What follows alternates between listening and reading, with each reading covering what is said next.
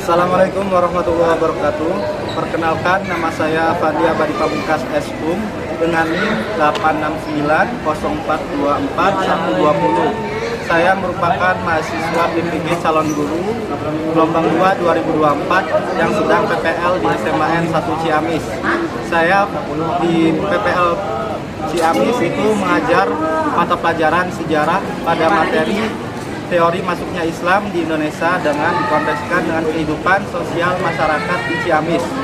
Demikian perkenalan dari saya. Terima kasih banyak. Silahkan menonton video saya kemudian.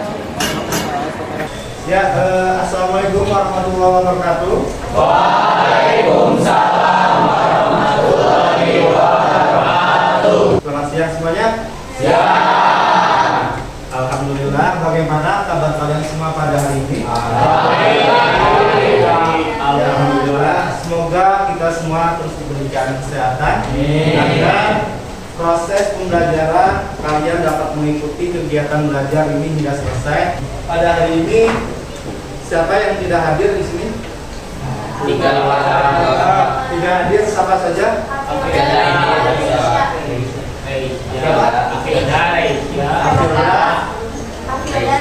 Raisa, Syakir, terus Hadirah satunya.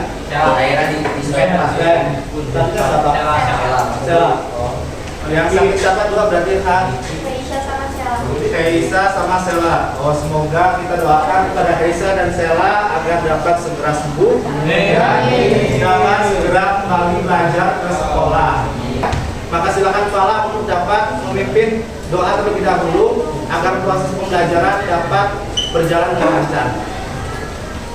Untuk siap, gerak. Sebelum memulai pembelajaran, alangkah baiknya kita berdoa. Doa mulai.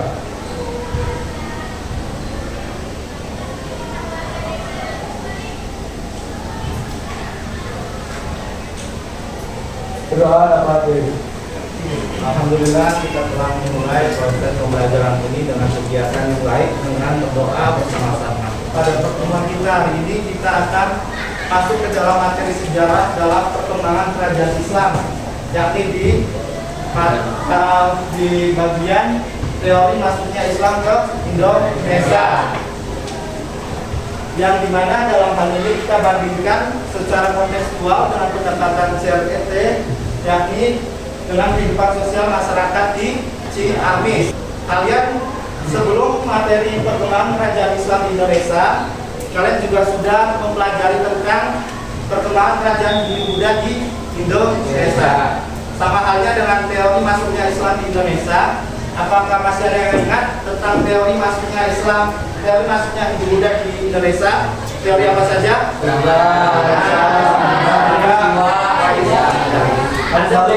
Ada beberapa teori.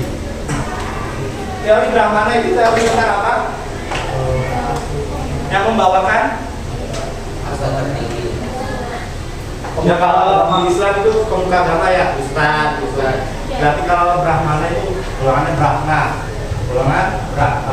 Kemudian Maisa, golongan dalam. Kemudian selain Maisa ada apa lagi? Kesatria itu golongan prajurit ya. Kalau sekarang itu polisi, tentara, satpol PP gitu. Prajurit. Ada lagi? Harus balik sudra. Kalau sudra itu golongan kelas bawah. Kalau harus balik itu orang kita belajar ke India balik lagi gitu. Misal kita nanti kalian SMA selesai mau menempuh pendidikan, misal ke Timur Tengah atau ke Australia, kemudian balik lagi membawa ilmu, itu yang namanya teori arus balik. Kalau kita kontekskan pada kehidupan sekarang, Jika kalian melihat tradisi keislaman di sekitar kalian, apakah semuanya asli dari Indonesia? Bagaimana kita bisa menelusuri dari mana asal-asalnya dan bagaimana bisa bertahan hingga sekarang. Coba jika kalian lihat tradisi keislaman di sekitar kalian, apakah semuanya asli dari Indonesia?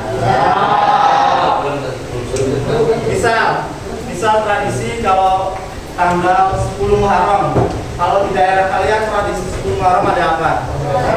Obor, bebersih. Malamnya ada ceramah biasanya hari. Paginya biasanya orang dewasa itu santunan anak yatim.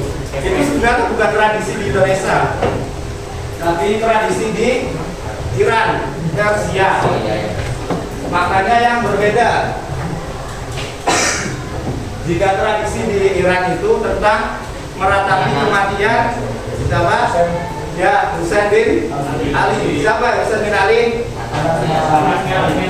Ya, cucu Rasulullah Shallallahu Alaihi Wasallam yang terpenggal di pertempuran Karbala. Itu konteks di Persia jika memperingati 10 Muharram, karena mereka sangat mengagungkan keturunan Nabi dari jalur Husain bin Ali.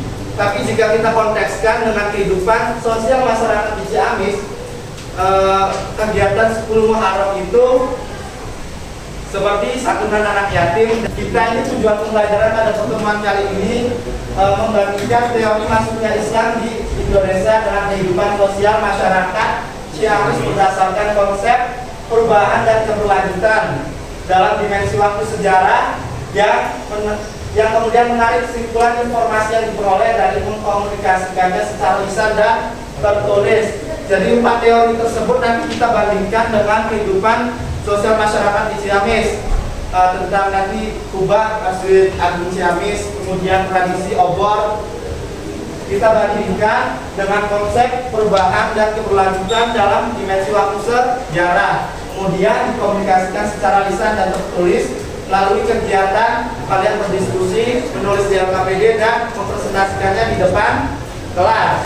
Kalian dapatkan sampai ke tujuan pembelajaran dalam konteks pembelajaran hari ini, yakni kalian dapat menguraikan teori masuknya Islam itu dengan siapa tokohnya, nama teorinya, kemudian kalian dapat mengaitkan antara teori tersebut dengan kehidupan kebudayaan masyarakat di Ciamis. Kemudian kalian dapat menyimpulkan dari teori tersebut dengan keterkaitan budaya di Ciamis. Kemudian kalian dapat menyajikannya dalam LKPD dan secara presentasi di depan kelas.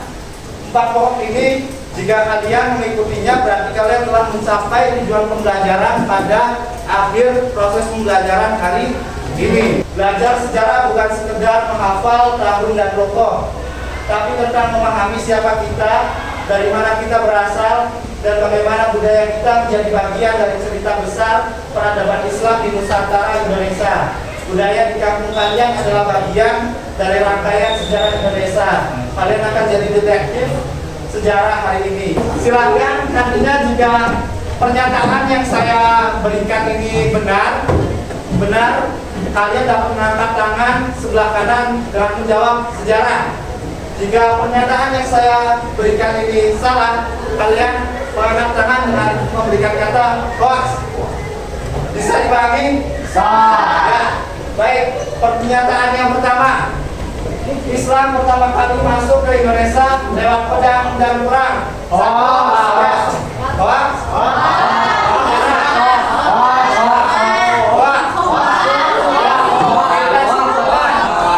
Kita simpulkan bahwa Islam pertama kali masuk ke Indonesia lewat pedang dan perang itu hoax. Belajar sejarah kita juga belajar secara geografis, karena teori-teori itu juga berasal dari wilayah lain di dunia. Mungkin kita bisa saja menyebutkan teori Persia, tapi di mana Persia itu? Ada yang tahu? Ya, Persia sendiri, Persia. Kalau Persia, Cina. Itu Pak. Kalau dari Islam itu dari Cina berarti ke sini. Kalau dari Iran, air. Kalau dari Mekah, dari mana? Dari itu Pak, Mekah. Mana? Ini. Bukan. Ya. Mekah itu Arab Saudi. Dari sini ke sini. Kalau teori dari Mekah. Sama dengan Gujarat. Iya. Dari India ini. India ke sini ke Indonesia. Itu secara geografis kita berpikir berarti kalau teori Persia itu berasal dari Persia dengan menyeberangi samudera apa ini?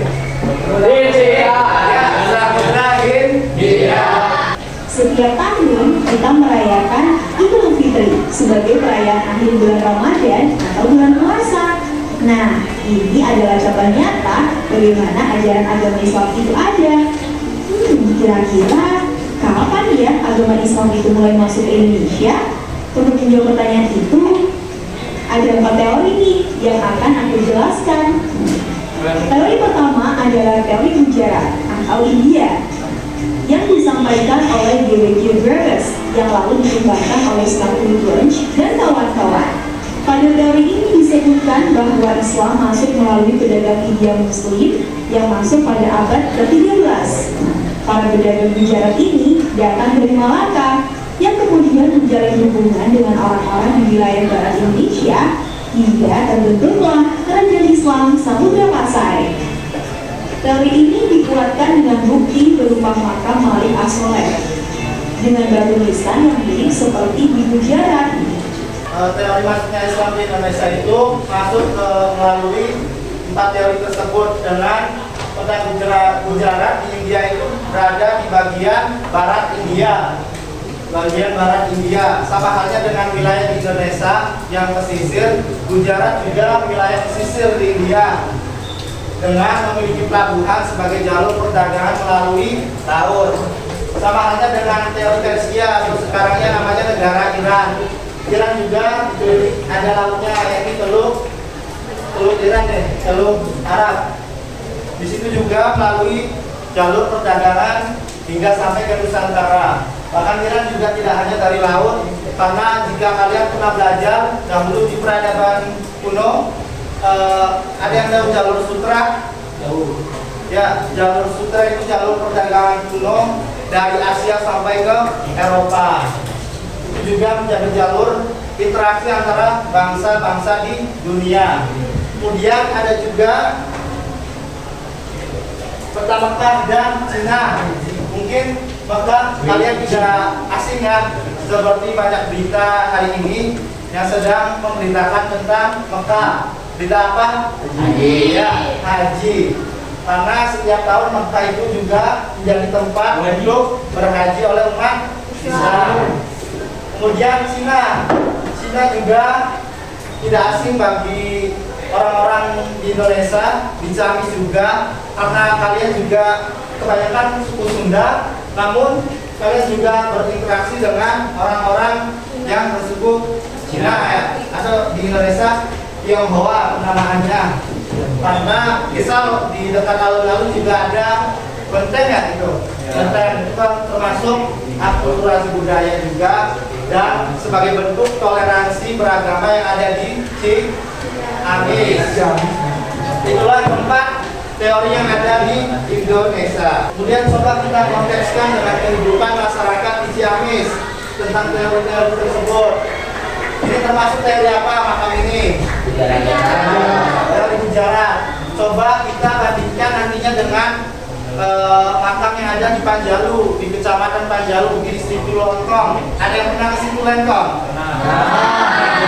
Itu tempat apa? Sejarah.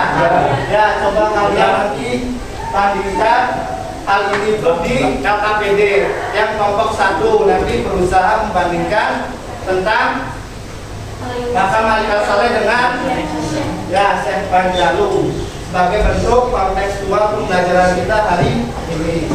Kemudian yang kelompok 2, seperti tadi yang pernah kita bahas, kelompok 2 tentang apa? Ya, tentang teori Persia atau teori Iran. Ini adalah bentuk ekspresi dari perayaan 10 Muharram di Iran. Jadi kalau 10 Muharram di Iran itu seperti drama atau teatrikal tentang kematian dari Husain bin Ali yang telah berlangsung selama beratus-ratus tahun. Orang Iran dikenal dengan orang apa? Bermazhab apa? Ya, bermazhab Syiah. Ya, dari perayaan yang ada di Iran ini coba kita kontekskan dengan kehidupan masyarakat yang ada di Ciamis, yakni dengan perayaan obor yang ada di Cisaga. Nanti kelompok 2 nanti akan membahas tentang perayaan ini. Ya, kemudian kelompok 3 Kelompok 3 itu tentang apa? Teori apa?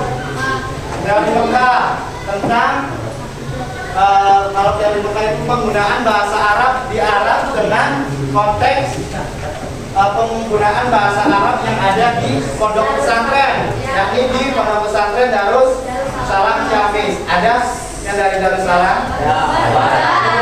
Penggunaan bahasa Arab belajar, ya. Karena biasanya kalau di pondok pesantren pasti belajar bahasa Arab. Nah, nanti kelompok 3 ini membahas tentang ini. Ini harusnya kelompok 3 ya, lebih bagus ini. Kelompok 3 mempelajari ini. Kemudian kelompok 4 yang terakhir itu tentang apa? Teori apa? Teori apa? Nah, tentang apa yang kita bahas nantinya? Ya, arsitektur budaya dalam bentuk kubah masjid. Kubah masjid Cina itu berbentuk seperti ini. Coba dibandingkan dengan Masjid Agung Ciamis yang berkubah seperti itu. Bahwa apakah kehidupan sosial di Ciamis mencerminkan akulturasi budaya dalam perbandingan dalam pendukung masuknya Islam ke Indonesia. Dan masing-masing kelompok akan mendiskusikan masalah ini dalam bentuk LKPD.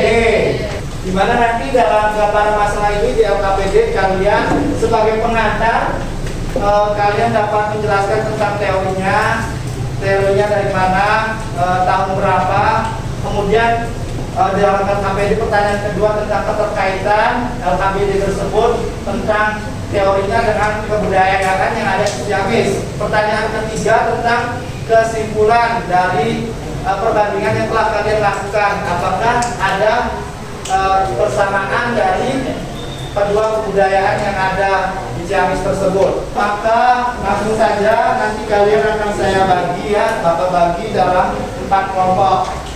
Teori Gujarat ya, teori Gujarat sebagai kelompok 1, teori Persia sebagai kelompok 2, teori Mekah sebagai kelompok 3, kemudian teori Cina sebagai kelompok 4. Langsung saja teori Gujarat ya, Persia, teori Mekah, teori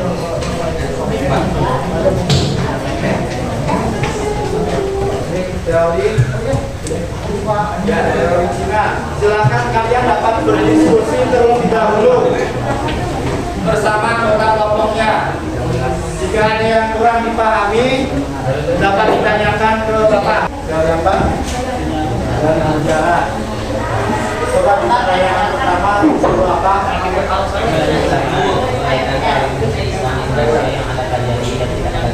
Jadi kalau yang pertanyaan pertama itu kalian disuruh pencetus teorinya itu siapa, kemudian nama teorinya apa, kemudian tahun sekitar abad berapa ke Indonesia.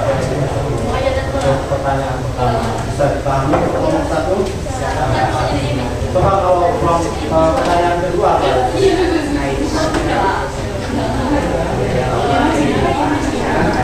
Nah, jadi nanti teorinya apa? Kita dibandingkan sama apa? Tadi sama makam panjang. Coba dibandingkan kedua makam tersebut. Kemudian yang ketiga itu tentang kesimpulannya, kalian harus kesimpulannya dari 2 pertanyaan tersebut. Bisa dipahami? Bisa. Silakan langsung dikerjakan saja yang teori Gujarat. Assalamualaikum warahmatullahi wabarakatuh.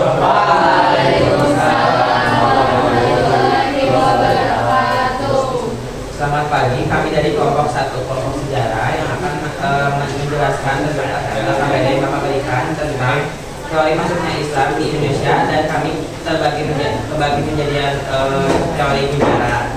Yang ada beberapa pertanyaan, yaitu ada 3 pertanyaan. Yang pertama yaitu ada pertanyaan uraikan teori masuknya Islam di Indonesia yang Anda pelajari, yang akan dibacakan oleh kami.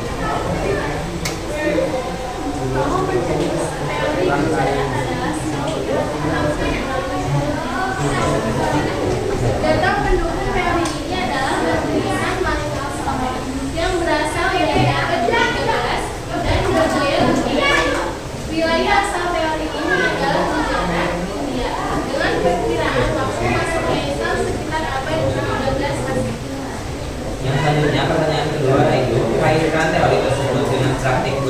lokal kehidupan masyarakat Ciamis yang akan menjadi makna rahasia. Budaya lokal Ciamis yang mereka inginkan adalah keberadaan makam Syekh Panjalu yang memiliki bentuk arsitektur batu-nisan mirip dengan makam Malik Al-Saleh. Letak budaya ini berada di Panjalu, Ciamis. Konsep perubahan terlihat dari adaptasi gaya arsitektur luar budaya lokal, sedangkan keberlanjutannya terlihat dari tetap dijaganya makam tersebut sebagai tempat ziarah dan pengenaian sejarah Islam lokal. Oke, pertanyaan sudah selesai. Yang ketiga yaitu simpulkan keterkaitan tersebut secara logis dan realistis konsep sejarah yang akan dijawab oleh Amalia Rosia. Terdapat keterkaitan antara teori Gujarat dengan praktik budaya lokal di Ciamis seperti makam sejarah Syekh Panjalu. Keterkaitan ini menunjukkan bahwa Islam masuknya jalur perdagangan damai dan budaya luar India mampu berasimilasi dengan budaya lokal. Hal ini memperkuat konsep perubahan dan keberlanjutan karena budaya lokal Ciamis tetap hidup dengan unsur budaya luar yang terinternalisasi secara damai. Jadi kesimpulannya bahwa adanya keterkaitan dari teori sejarah dari hubungan dengan masyarakat budaya lokal Ciamis, yaitu tentang persamaannya batu nisan yang ada di Panjalu dengan di Sultan Malik Al-Saleh yang ada di Kerajaan Samudra Pasai di Sumatera yang berasal dari teori Gujarat. Jadi segitu saja penjelasan materi dari kami. Saya dari kelompok 4 izin bertanya kenapa teori Gujarat ada hubungannya sama makam budaya.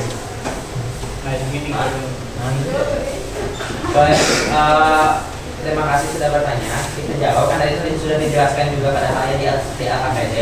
Nah, kalau misalnya apa hubungannya teori Gujarat sama makam Syekh Panjalu, karena sama-sama diikuti di India itu atau Gujarat, sama-sama ada makamnya, dan kita juga ada di masyarakat lokal budaya lokal kita juga ada di Panjalu Ciamis. Nah, itu kan persamaannya tentang arsitektur maupun tradisi yang juga sama kayak yang di India. Jadi intinya mah arsitektur sama tradisinya, yang tradisi makamnya ada sama gitu.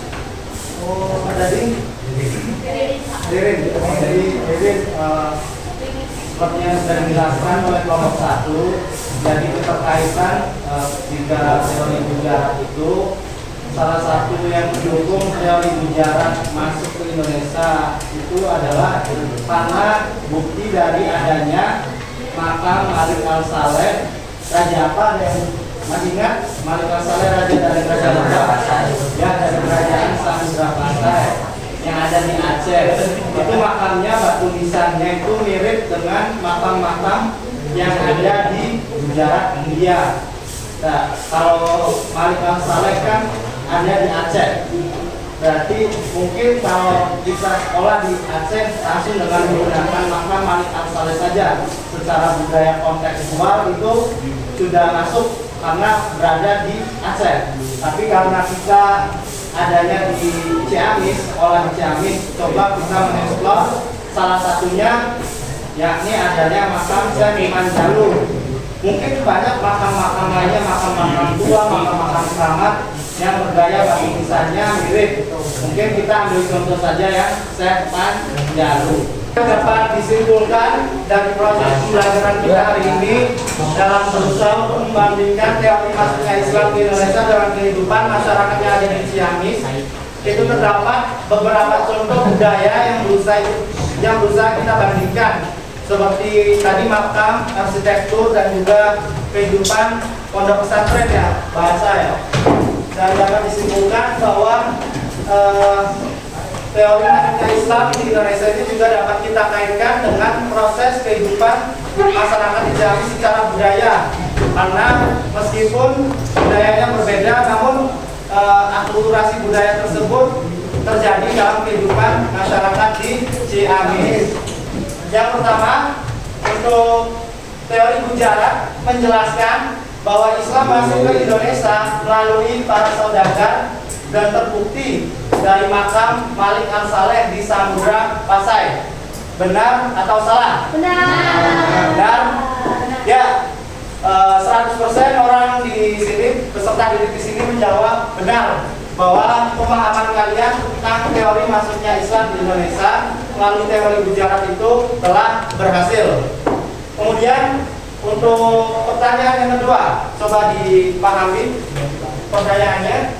Tradisi keliling obor pada 10 Muharram di Cisaga Ciamis memiliki kemiripan dengan peringatan Asyura di Persia yang mendukung teori Persia. Benar atau salah? Benar. Ya. Ini juga membuktikan bahwa kalian telah memahami tentang proses teori masuknya Islam di Indonesia melalui jalur Persia. Sebagai bahan refleksi, coba apa wawasan baru yang kamu peroleh tentang teori masuknya Islam dan budaya di Ciamis? Ya, tentang keterkaitan budaya. Kemudian yang kedua, teori mana yang menurutmu paling nyata keterkaitannya dengan budaya lokal kita? Arab. Ya, tentang Arab, yakni penggunaan bahasa Arab di pondok pesantren. Kemudian apa perubahan dan kesinambungan yang kamu lihat antara masa lalu dan budaya Ciamis saat ini? Seperti peringatan 10 Muharram. Kaitannya berbeda, konteks pemaknaannya saja. Sejarah bukan hanya pelajaran, tapi juga dengan Ya. Bahwa pembelajaran yang telah kita laksanakan itu juga berkaitan erat dengan profil pelajar Pancasila yang sedang dijalankan, seperti dalam bentuk gotong royong. Coba ada yang tahu gotong royong dalam proses pembelajaran kita itu tentang apa? Ya, tentang berdiskusi. Tentang berdiskusi kelompok untuk mencari jawaban dan analisa ke depan. Kemudian tentang ketuhanan, apa yang kita lakukan dalam kelas ini dalam profil pelajar Pancasila? Ada yang tahu? Ya, tentang berdoa. Kemudian mandiri apa? Mandiri seperti kalian mengerjakan tugas LKPD. Kreatif seperti apa? Ada yang tahu? Kreatif seperti kalian berusaha untuk menjelaskan, menjawab pertanyaan-pertanyaan dari teman kalian ketika kalian mempresentasikan hasil diskusi kalian dengan kelompok masing-masing. Baik, sebelum saya tutup untuk proses pembelajaran minggu depan, setelah kita mempelajari tentang apa ini, mempelajari apa tentang materi apa? Teori masuknya Islam ke Indonesia. Untuk materi minggu depan kita akan belajar tentang saluran Islamisasi dalam perkembangan Islam yang ada di Indonesia. Ada yang tahu saluran Islamisasi apa saja? Perdagangan, pernikahan, pendidikan, tasawuf. Itu yang akan kita bahas pada kesempatan minggu depan. Jadi untuk pertemuan kita minggu depan kita akan membahas tentang saluran Islamisasi yang ada di Indonesia. Saya tutup saja kegiatan pembelajaran kita hari ini dengan mengucapkan hamdalah bersama-sama. Alhamdulillah. Silahkan untuk ketua kepala keluar ya, keluar. Silahkan dapat dipimpin Dimas untuk teman-temannya dapat berdoa secara bersama-sama di akhir proses pembelajaran kita hari ini. Ya. Sebelum mengakhiri pembelajaran hari ini, kami kita berdoa agar diberi manfaat. Berdoa dimulai.